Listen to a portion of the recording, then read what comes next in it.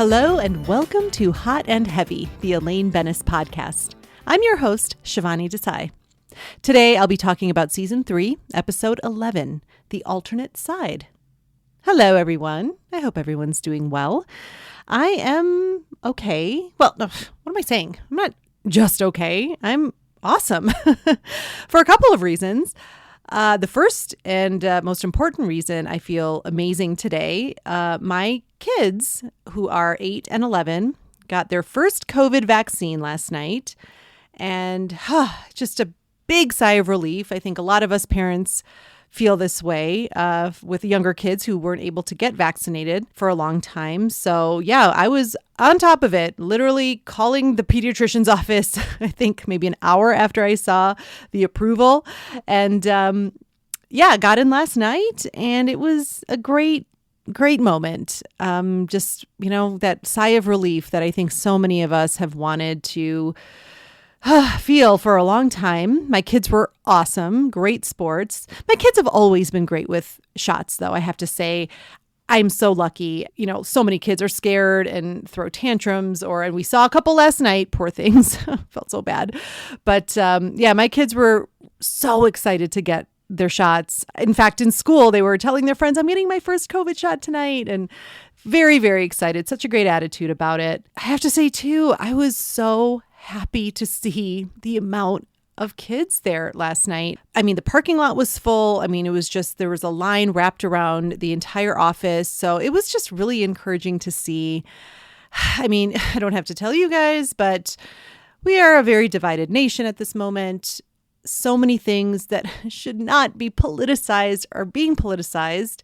This vaccine being one of them. And well, I live in a pretty conservative area of Colorado. And so at any rate, it was just really encouraging to see the amount of kids in line yesterday to get their shots. It's about doing the right thing for the greater good.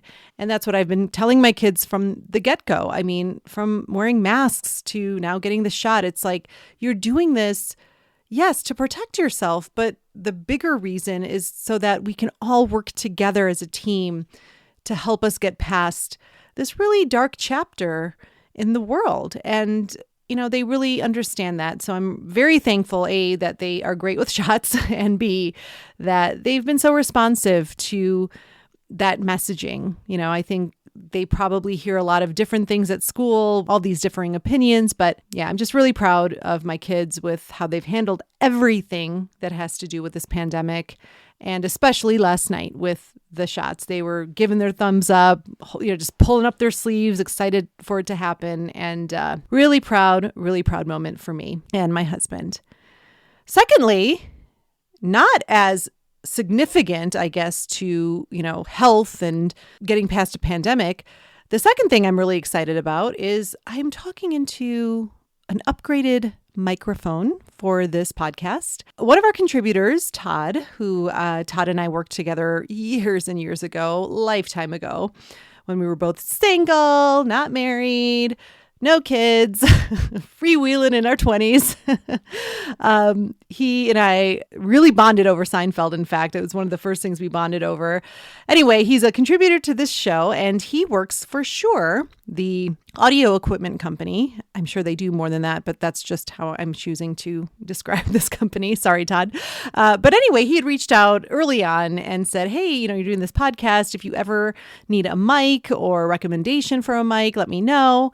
And, after 26, 27 episodes, I was like, I think I'm going to upgrade, because even though the podcast, I think, sounded great, the recording sounded fine, the mic that I'd gotten off of Amazon, admittedly kind of a cheapo mic, it was getting a little bit tedious. It was kind of flimsy. Setting up was annoying. I had to kind of jigger this pop filter so that it's in front of the mic, because I bought a pop filter that was meant to be on an arm instead of just freestanding. Long story, you guys don't need to know the details. I'm so sorry. I'm going more into this than I should. Bottom line, I'm so happy with this upgrade with my Shure mic. And thank you so much, Todd, for hooking me up and giving me the recommendation and letting me in. You guys, Todd let me in on an unadvertised sale.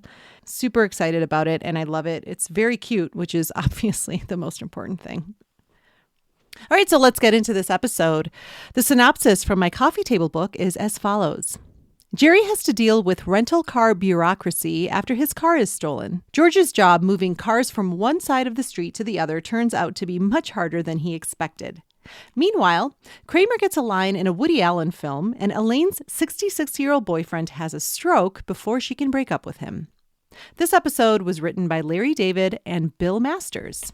So we start out the episode. Jerry's walking into his apartment. His car's been stolen. It was right out front. And the alarm, I guess, was on, but he's not tuned into it like it's his son. George doesn't even understand how these thieves steal the car. And Jerry says, I don't know, they cross the wires or something. Cross the wires? Can't even make a pot of spaghetti. Kramer enters and Jerry tells him they stole my car. Well, was there more than one? And Jerry thinks about his car phone. Well, I better call and cancel the service. George suggests, well, why'd you call the car phone? Yeah, he's probably driving it around right now, Jerry says. No, I'm serious. Call it. So Jerry calls it, and lo and behold, he gets the thief on the phone. Asks him, did you steal my car? Yes, I did. Kramer motions to get the phone. He wants to talk to this guy. We think he might be telling him off, but no, he says, there's a pair of gloves in the glove compartment. Brown ones? Yes. Could you mail those to me or bring them by my apartment? That'd be great. Then Jerry gets the phone back and asks, let me ask you something. How do you cross those wires? I didn't cross any wires. The keys were in it. Oh, man. Jerry's got to go. Drive carefully. And he says to Kramer, well, Sid left the keys in the car. George asks who Sid is. Well, he's this guy in the neighborhood. He parks cars on the block. He moves them from one side of the street to the other so you don't get a ticket. George is intrigued. Well, can anyone do this? Yeah, he makes a fortune. I mean, he only works 3 hours a day. Sid enters. Okay. I love Sid. I just love him. I love everything about him. He enters. He's so sorry. He got distracted. They're shooting that Woody Allen film up the block, and he looked up and he saw him, and he just got distracted, left the keys in the car. And then Kramer mentions, speaking of that movie, I'm an extra. And George is like, how'd you get that? I was just watching them film one day, and they asked me. Out of the clear blue sky. Clear blue sky! George says, well, why wouldn't they ask me? Well, Kramer's got a quality. He knows it. Sid informs Jerry he's going to be visiting his sister next Wednesday, not this Wednesday, next Wednesday, so he won't be able to park his car. George says, well, hey, can I do it for you? And Sid's like, well, what do you want to do it for? I'm in a transition period right now. I don't work. And so Sid says, hey, if you want to park it, go ahead. And we end the scene with a thief calling back, asking about the defroster. The next scene, we're in the car rental place. And Elaine is with Jerry. She's talking about her new boyfriend, Owen March. She is in awe of his intellect. Jerry says, wow, I've never heard of him. Well, he's not a baseball player. Good point. He says, well, good. Things seem to be going well. And she says, yeah, well, there's one small issue. Yeah, what's that? He's 66 years old. Jerry freezes in shock with that news. They get called over to the attendant, and Elaine has to push him over because he's still just like, what? He says to the attendant, hi, my name's Jerry Seinfeld. Made a reservation for a midsize, and she's a small. And Jerry turns to Elaine, 66 years old? And she defends it. She says, well, he's in perfect health. He's vibrant. He works out. You'd really like him. This line I absolutely love. Why do people say that? I hate everybody. Why would I like him? Now, just knowing that Larry David is the writer of this episode, how Larry David is that line. So Elaine poses the question to Jerry. Would you date a 66-year-old woman? And Jerry can't help but laugh a little bit. Well, I'll tell you, she'd have to be really vibrant. So vibrant, she'd be spinning. The attendant pipes up and says, I'm sorry, Mr. Seinfeld, we have no more midsize available. So they have this whole exchange about what a reservation is. You have my reservation. Yes, I have your reservation, but unfortunately we ran out of cars.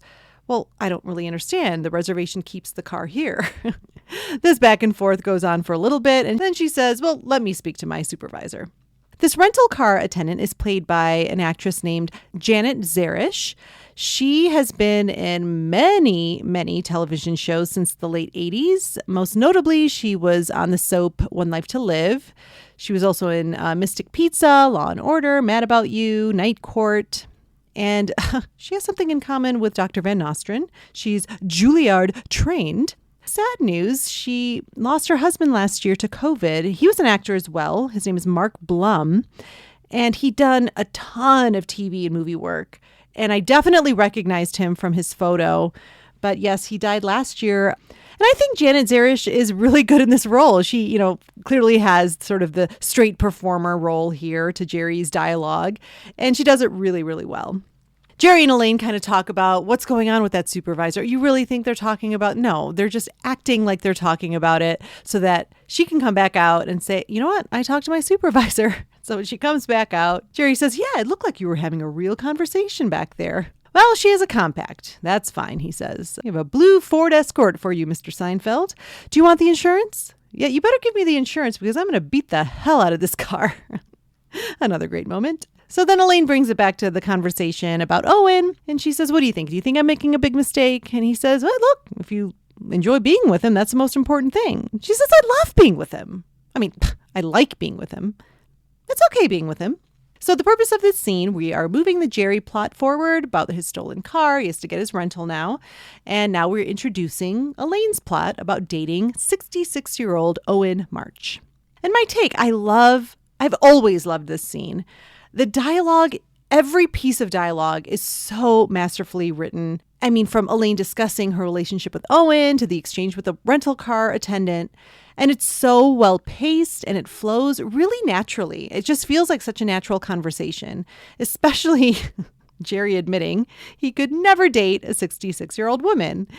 And considering the real Jerry Seinfeld dated a teenager, 17-year-old for a little bit. Yeah, this rings very true to life. I'm just going to keep moving on from that. So yeah, that's really something I loved about the scene. It just felt very natural. This is how friends talk, and then we kind of go back and forth between the rental car stuff and then back to the Owen conversation. It just felt really, really natural and done really well. So well written. And another thing that Seinfeld does so well is just pointing out these differences between how men and women think or feel when it comes to relationships. Straight men and women, I should clarify. And I've talked about and quoted Julia Louis-Dreyfus about how, the storylines given to her eventually became non-gender focused, which allowed for the writers, to give her a lot more material. And I've talked about that before. But this is a great example of when the gender roles kind of do come into play, but it's not portrayed in a way that paints either men or women in a bad light. It's just kind of this true to life example for these characters. Elaine can date an older man and Jerry can't even fathom it. The next scene, we're in Jerry's apartment and Elaine opens the scene with saying, I just don't enjoy being with him. She's meeting him at Chadway's around the corner. She asks Jerry, can I break up with him over the phone or do I have to do it face to face? And he says, well, how many dates have you been on? She says 7.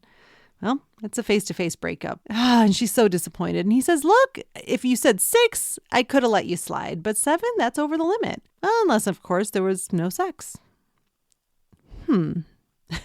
How's the pasta over there? Clearly, Elaine and Owen have been having the sex. George and Kramer come. Well, I should say Kramer's trying to come in. George pushes his way through and pushes Kramer into the apartment. He's frantic. George is frantic. There's so much chaos going on out there. He's just like, it's a disaster. I need a bucket of water. There's a car overheating. There's an alarm that won't turn off. I'm pressing 1. I'm pressing 2. Help me. Help me. Oh, he is in over his head, clearly. Kramer has some good news. He got a line in the movie. What? Yeah, they were filming his background extra scene, and he was supposed to just be walking with a bag of groceries, and he tripped. That made Woody laugh. So he got a line in the movie. George, and I love that it's George that says, you got a line in a Woody Allen movie. George, who is just having one of the worst days of his life. He's under so much stress. His life just in general isn't going well. And here's Kramer, who literally stumbles into like a dream scenario, having a line in a one-on-one scene with Woody Allen. Oh, I just love that George is like, you're in the movie. Kramer's really excited. He says, I could have a whole new career on my hands. To which Jerry says, you mean a career? Elaine asks if he saw Mia Farrow. No, he didn't see him. What's your line? These pretzels are making me thirsty is the line. Probably one of the most quoted lines from Seinfeld. So they all decide to do their own interpretation of the line. Elaine's got a very literal one. She says, do it like this. These pretzels are making me thirsty. Like, your mouth is dry. Jerry delivers it in a more dramatic way with his hand gesture. And Kramer says, no, that's no good. See, you don't know how to act. George takes it to a very over-the-top level. Jerry plugs his nose. Elaine gives him a look like, oh my God, that was so bad. Then Elaine says, I got to go break up with Owen. She exits. George says, what? You didn't like mine? I have a different interpretation. Do we know anything about this pretzel guy? Maybe he's been in the bar a long time. He's got no job, no prospects, no woman, and he's parking cars for a living. Then he yells out the window, I hear you. Shut up. These pretzels are making me thirsty. Oh, such a great ending to that scene. The purpose of this scene, we see the abrupt turn of Elaine's feelings for Owen, and that plot is moving forward. She's going to break up with him. George cannot handle this parking job, and Kramer, he furthers his role in this Woody Allen film. My take, I think it's another really solid scene. It's really well-paced, full of comedy. I love the moment where Elaine asks Jerry if she can break up with Owen over the phone. The moment where he says, unless of course there was no sex, her pause with that little, it's just perfect. And you know that was Jerry's subtle way of asking if they had sex because he was wondering. You can't deny that. I think we were all wondering. I think that's one of the things that happens when you find out someone's a couple and if one person's a lot older than the other, you think about them having sex. I don't think it's me being a pervert. I think this is a very human thing to do. I also love that the audience is getting this glimpse into Elaine's sexual freedom. And that it's done without explanation or consequence. I love that. I love that. Even though I was really young when this episode came out, I mean, zero experience, like wasn't even in my radar having sex or even kissing a boy. Geez. I appreciated that. I remember being like, how cool is that? Like you're just this grown woman and you just have this sexual freedom. I always remember thinking that was really, really cool. And then all of them saying the line, these pretzels are making me thirsty, is one of my all-time favorite Seinfeld moments, especially Kramer telling Elaine and Jerry they can't act. Followed up with George saying it in such frustrated anger. And just the ending of that scene is perfect with George just having one of his George moments, yelling and rushing out of the apartment. All right, the next scene, Jerry opens the door and there's Elaine with Owen and he is not looking well and he collapses into their arms. So it turns out Elaine was about to break up with him. They were walking by Jerry's building and he started to twitch. So Jerry's on the phone with the ambulance trying to get them there. Kramer enters and starts rehearsing his line while eating a really thick pretzel. He sees Owen. He says, what's this? Elaine says, it's a guy I'm seeing. What happened? I don't know. So then they're all trying to figure out what to do. Do something with the extremities. Maybe a cold compress. Well, I don't have a washcloth. Oh, a paper towel or a big sponge. Maybe we need to walk him around. No. That's for a drug overdose. Maybe he dropped acid when you weren't looking. Oh, what if he's a diabetic? Maybe he needs a cookie. Shove it in his mouth and move his mouth. Oh, liquefy it. Well, cookies don't liquefy. Kramer thinks Jerry has a blender. It's just a little bit chaotic and frenetic here. Finally, Elaine's just like, where is the ambulance? We hear the sound effect of screeching tires and a crash. We come back from commercial. Jerry's on the phone. Where is this ambulance? I called 35 minutes ago. This is an emergency. Well, the paramedics buzz. They're there. While they're coming up, Jerry and Elaine are sort of observing Owen quietly. Jerry says, you know what? I gotta admit, he's a good-looking guy. Eyebrows could use a little trimming. Well, she says it's not an easy thing to bring up. Then she brings up his bathrobe. It's all silk, man. I bet he wears slippers. He does. How did you know that? You can tell. The paramedics enter. They explain that they had gotten there 20 minutes ago, but the street's all jammed up. They can't believe it. And then this guy that's tripled parking cars ran into them with a blue Escort. That's my rent-a-car. George enters, super apologetic. What happened? I'm sorry. You don't know what's going on down there. He too got distracted by Woody Allen. Kramer comes in. He tells George, Woody's really mad at you. George says, really? He mentioned me? He's like, yeah. Who's the idiot in the blue jacket? Ooh, jacket watch? Nah, it's not a jacket watch. But he says, who's the idiot in the blue jacket who's got the street all screwed up? Well, George says, should I apologize to Woody? Well, Kramer says he'll feel him out. Okay? All right. Purpose of this scene, all the plots kind of collide in this scene. That dovetailing happens before the last scene, but it happens in this scene. So we see, an element of what every character is going through with their plot. Owen for Elaine, George parking disaster, Jerry's rental car getting smashed, and Kramer is filming his scene. And my take, it's really high energy up top and it's really well done. And I love the panic to figure out, what to do. I think that's pretty relatable when maybe you don't know first aid very well and you're just trying to figure out, oh my God, this guy, we need to help him. And this is balanced really well with when the ambulance does get there and Jerry and Elaine have that quiet moment observing Owen and discussing his robe and slippers. So I sort of like the balance there with this high energy kind of panic up top and then a little bit of calm at the end. George coming in apologetic. I love that he also got distracted by Woody Allen, just like Sid did. Woody Allen is really the root of all the problems here. I could say a lot more about problems with Woody Allen, but I'll pass. And then ending it with Kramer sliding on those shades like a movie star. Just another great ending to a scene in this episode. All right, the next scene doesn't have Elaine in it, but it's in Jerry's apartment. Sid is on the couch with George yelling at him. You didn't tell me you couldn't drive. Well, I know how to drive.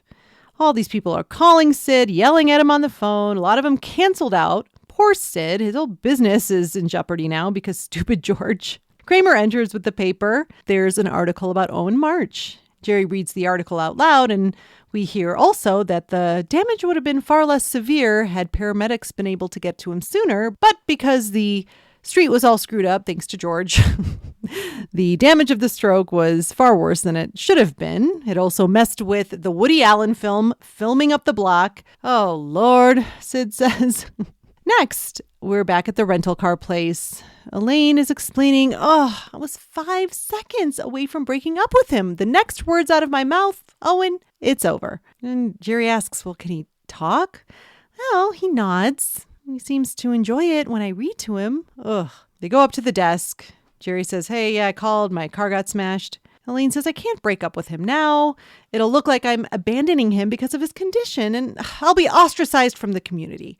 What community? Jerry says. There's a community? Of course there's a community. All these years I've been living in a community. I never knew. The rental car woman says the damage on the car is $2,866. Well, he's got the insurance. Yes, but sir, you said you were not driving at the time. That's right. Someone else was driving.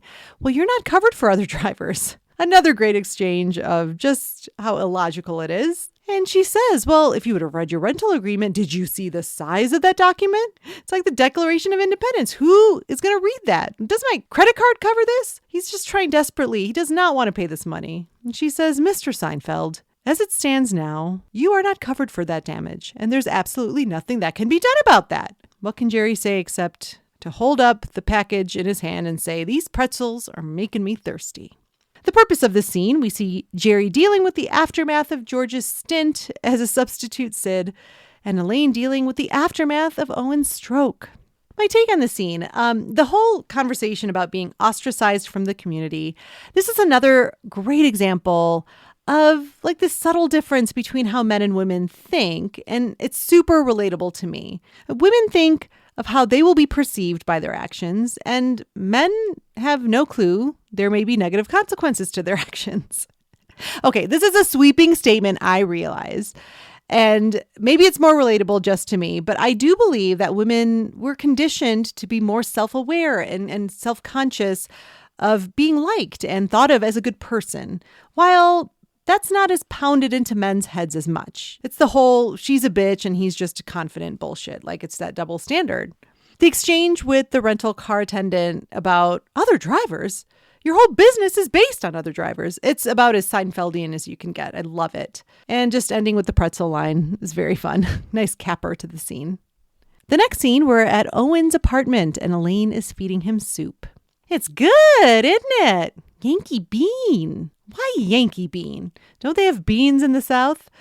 Oh, I love this. And then she makes up a little Yankee Bean song. I like my Yankee Bean. Oh, I love it. And she says, Owen, I think we need to talk. I mean, I have to talk. It would be nice if we could, whatever. So she talks about, she loves coming there and feeding him and cleaning a little, paying his bills. It's all good stuff. She has a wonderful time.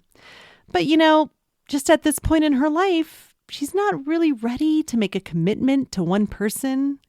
They don't have enough in common, bottom line. She likes running in the park, bicycling, roller skating, tennis, skiing. Well, and she's got to be honest, it's a bitch to get there.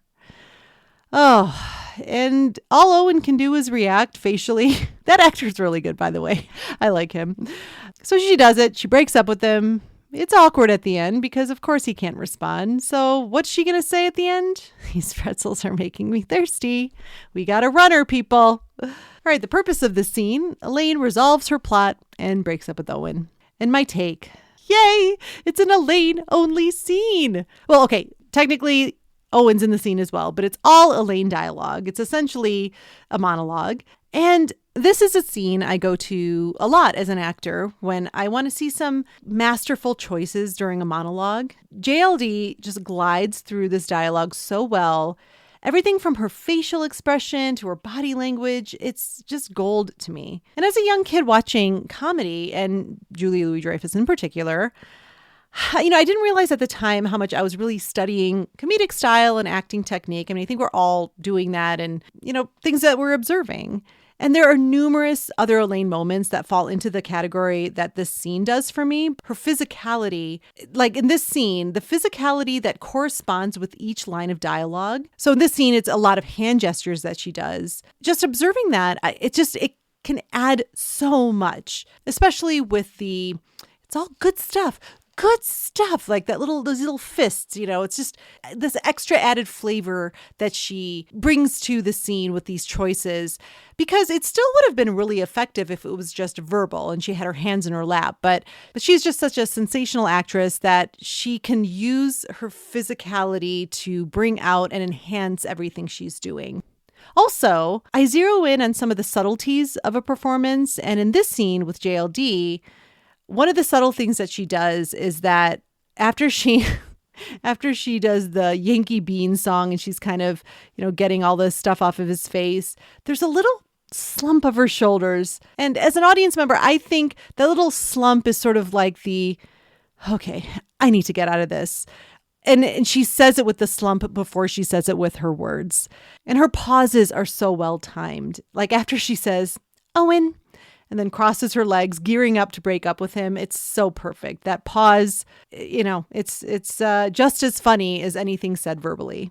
And this scene, and Elaine's actions here, it's further solidification of Elaine's character and the insensitivity and selfishness that will always prevail. She does have that moment of hesitation considering the community, but ultimately, no, this isn't what she signed up for, and she's going to get out because, well, it is Elaine, and she's going to think of herself first. So the next scene, we're at Monk's. George, Jerry, and Elaine are sitting at the booth, and Elaine poses a question. Can you die from an odor? Like if you were locked in a vomitorium for a week, could you actually die from an odor? An overdose of odor. George, of course, thinks it's about him. Do I smell? No, I was at the 42nd Street subway. Oh, it is disgusting. But she ran into Owen there. He's almost fully recovered. And he told Elaine he was just using her for sex. George offers to cover the coffee for Jerry because of all the car damage that he inflicted. Yeah, a cup of coffee should cover it. Kramer enters. He's clearly in a bad mood. He got fired from the movie. They were filming the scene, just he and Woody. And after he says his line, these pretzels are making me thirsty, he slams the beer glass down on the bar and it shattered. A piece hit Woody and he started crying, yells, I'm bleeding, and runs off. This lady comes up to Kramer and says, you're fired. Oh, and it was such a shame because he really nailed that scene. Then he slams down something on the table. What are they? Oh, they're the gloves. Oh, for crying out loud. That thief returned the gloves. Purpose of the scene, it's our resolution. Owen is almost fully recovered and reveals Elaine was his sex toy, and Kramer got fired from the Woody Allen movie. My take, I always love when a final scene ends with the main four, so that was great. Now, the timing, I have to say, is a little bit confusing. So from that newspaper article that Jerry reads, we're led to believe that Owen has some pretty severe brain damage from this stroke. And, then the scene with Elaine, he doesn't look very good. He can't even speak.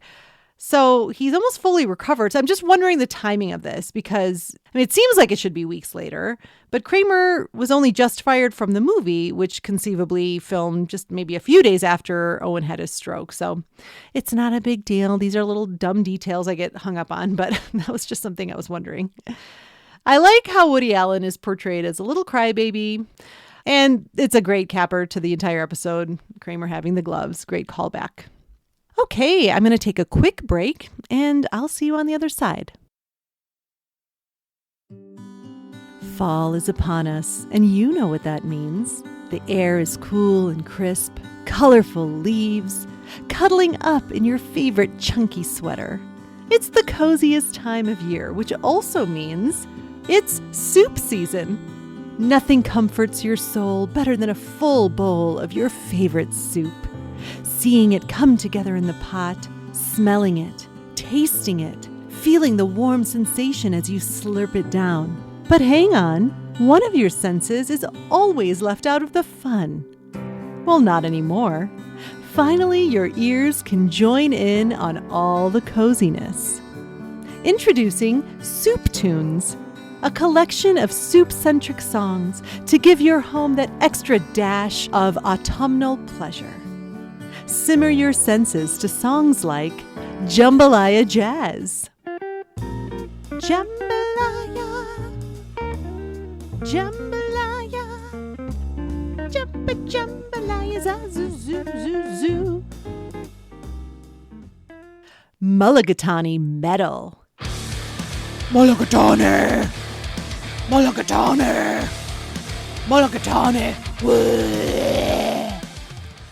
Lobster Bisque Blues. Lobster bisque, lobster bisque. Lobster bisque, lobster bisque. Lobster bisque, lobster bisque.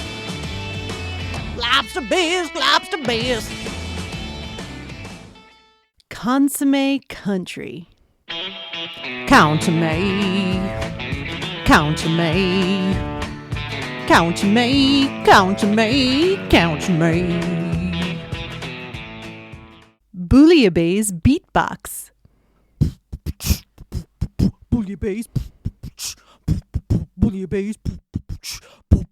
Bouillabaisse. Soup Tunes features such renowned soup songwriters, including the Red Hot Chili, the Brothy Boys, Leonard Simard, and Coldplay. Don't let fall pass you by without the perfect soundtrack for those chilly days where soup is simmering on your stove. Order your copy by calling 555-SOUP. That's 555-7667. Soup Tunes. Because why not? And we're back. So the extras for this episode on the DVD, there was a deleted scene, or a couple of deleted scenes actually. So one was Elaine in Jerry's apartment explaining how she doesn't enjoy being with Owen. So this was sort of an alternate way to introduce that Elaine was not happy with Owen and didn't like to spend time with him. So what Elaine says in this scene is she asks Jerry, how do you pronounce Scourge? And he says scourge.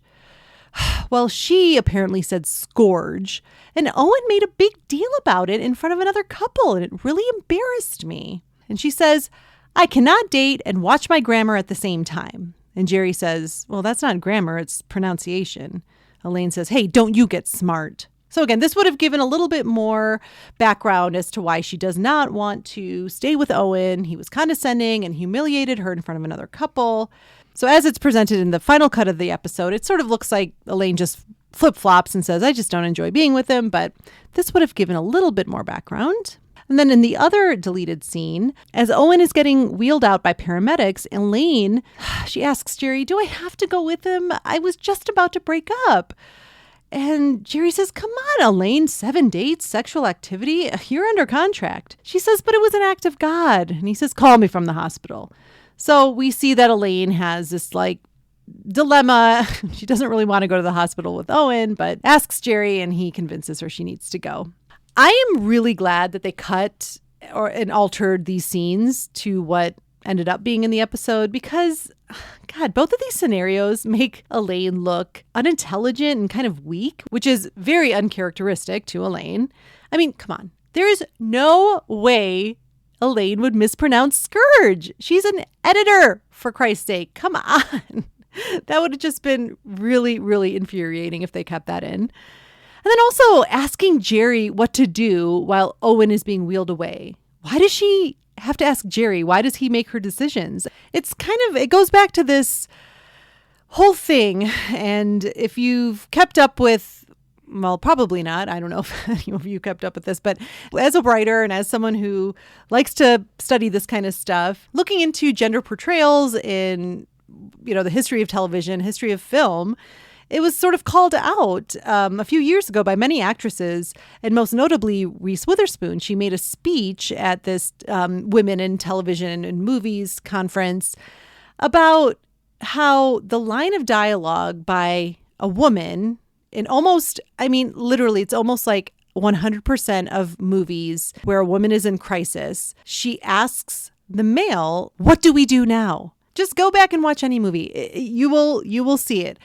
When there's a female lead and there's a crisis, she will most definitely at one point or another ask the male in the cast, "What do we do now? What should we do? What can we do?" So it's really interesting. And ever since I saw that speech by Reese Witherspoon, I have been on high alert for that. So just watching this deleted scene, it really triggered that to me. I was like, oh my God, why the fuck is Elaine asking Jerry what she should do? It's really annoying and very uncharacteristic for Elaine. Look, I realize this is a bit of a tangent to go on for a Seinfeld episode, but like I said, I'm on high alert for that line of dialogue.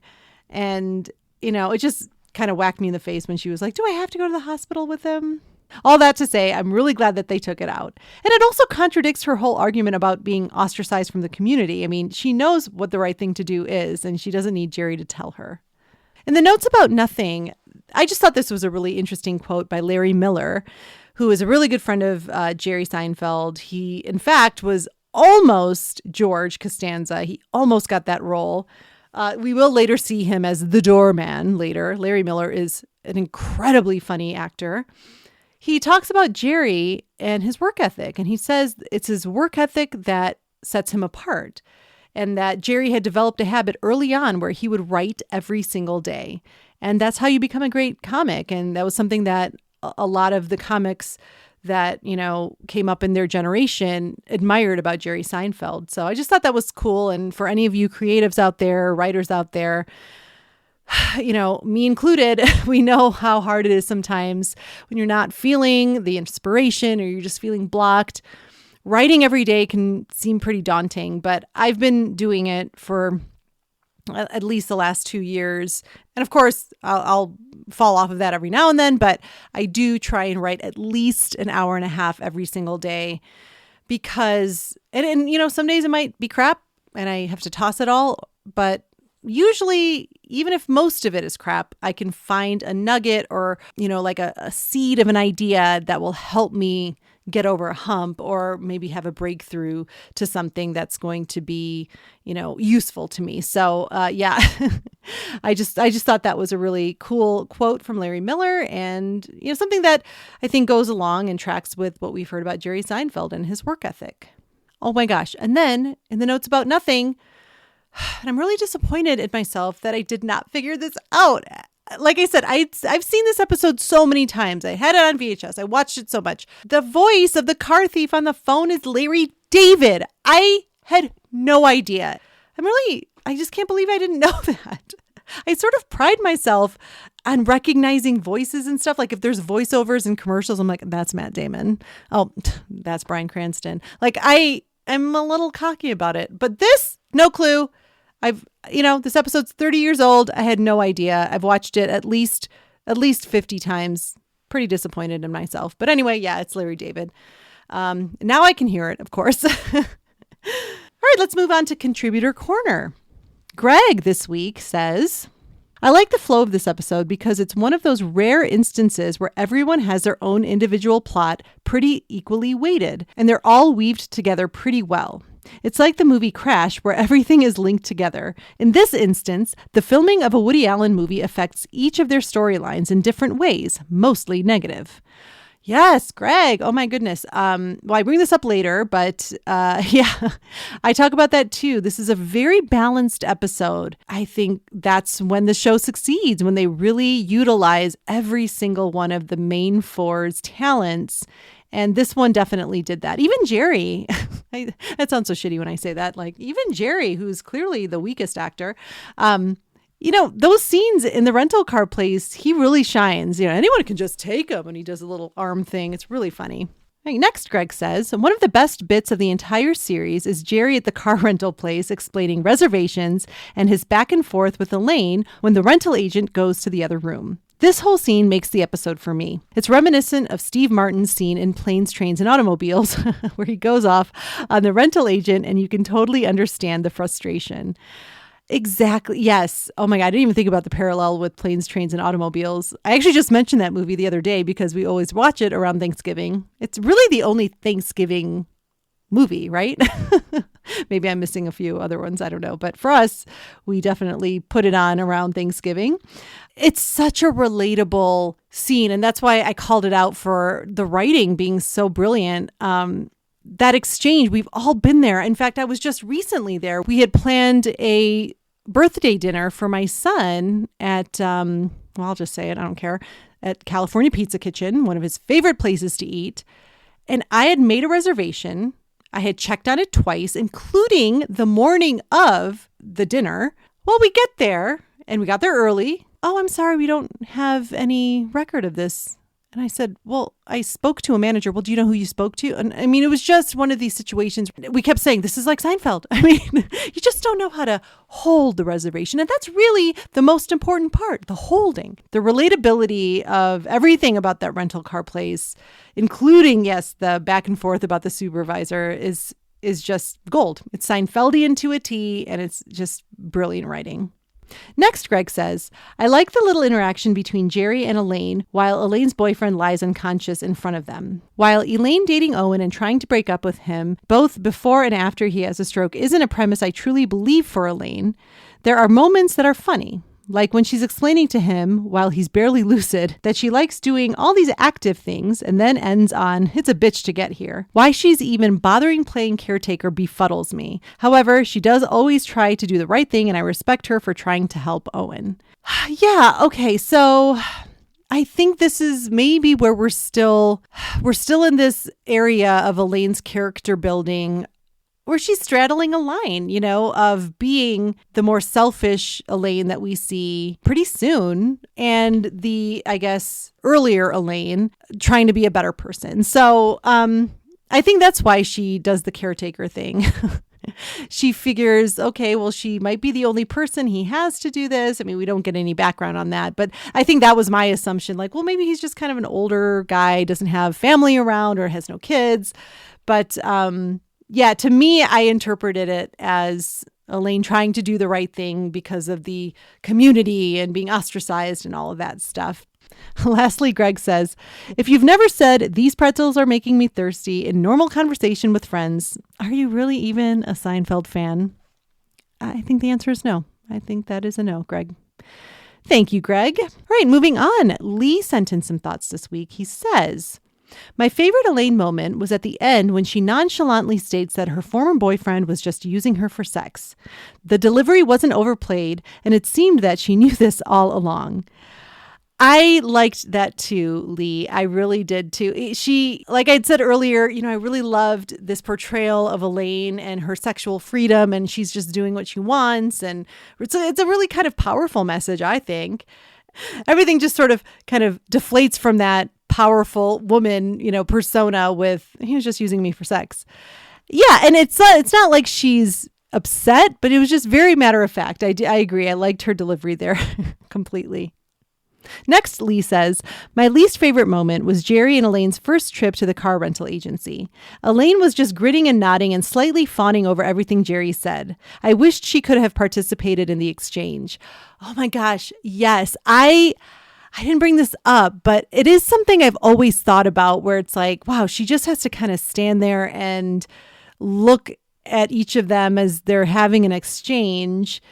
And yeah, I kind of agree there too, where I feel like Elaine might interject here and there, whether it's to defend Jerry or take the side of the rental agent. I'm not sure, but yeah, it was very just, if she wasn't talking about Owen, she was just kind of standing and nodding. So yeah, I agree with that too. I feel like there could have been a better balance there with the dialogue and Elaine's participation.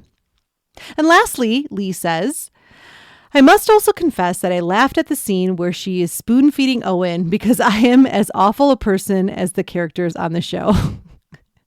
I don't think you're awful, Lee. I think you're extremely, extremely sweet and quite a gentleman. So I don't agree with that point.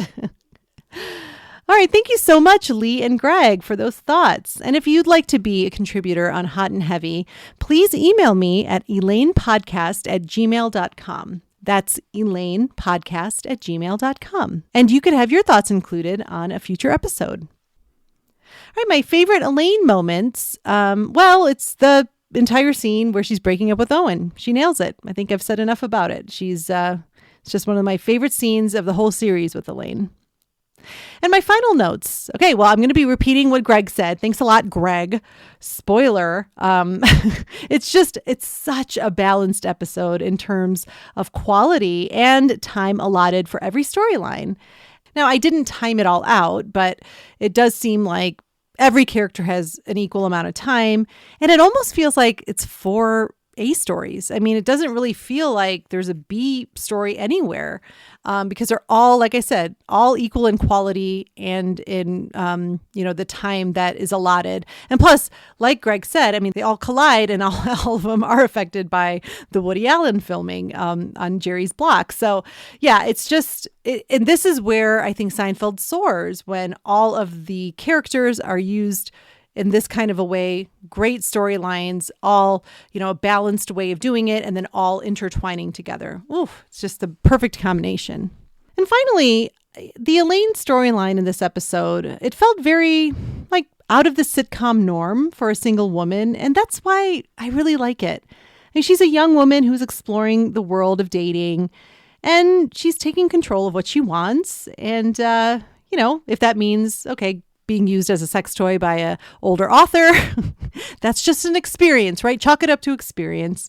And I just love it so much. I love this portrayal of what Elaine represents, this single woman in New York City, dating and with her career. It's just so many facets. It's sort of a glimpse of that single New York City woman before Sex and the City, kind of. I know that's like apples and oranges, but when you think of New York City women, I think a lot of people would refer to Sex and the City as oh my God, that's the ultimate, show about women in New York City. Well, you know what? 10 years earlier, Elaine Bennis was doing it way before Carrie and the gang. So this episode to me was a real great portrayal of just that sexual freedom that Elaine has, and love it. I think that's all I can say about The Alternate Side. Thank you so much for listening, and I will see you next time.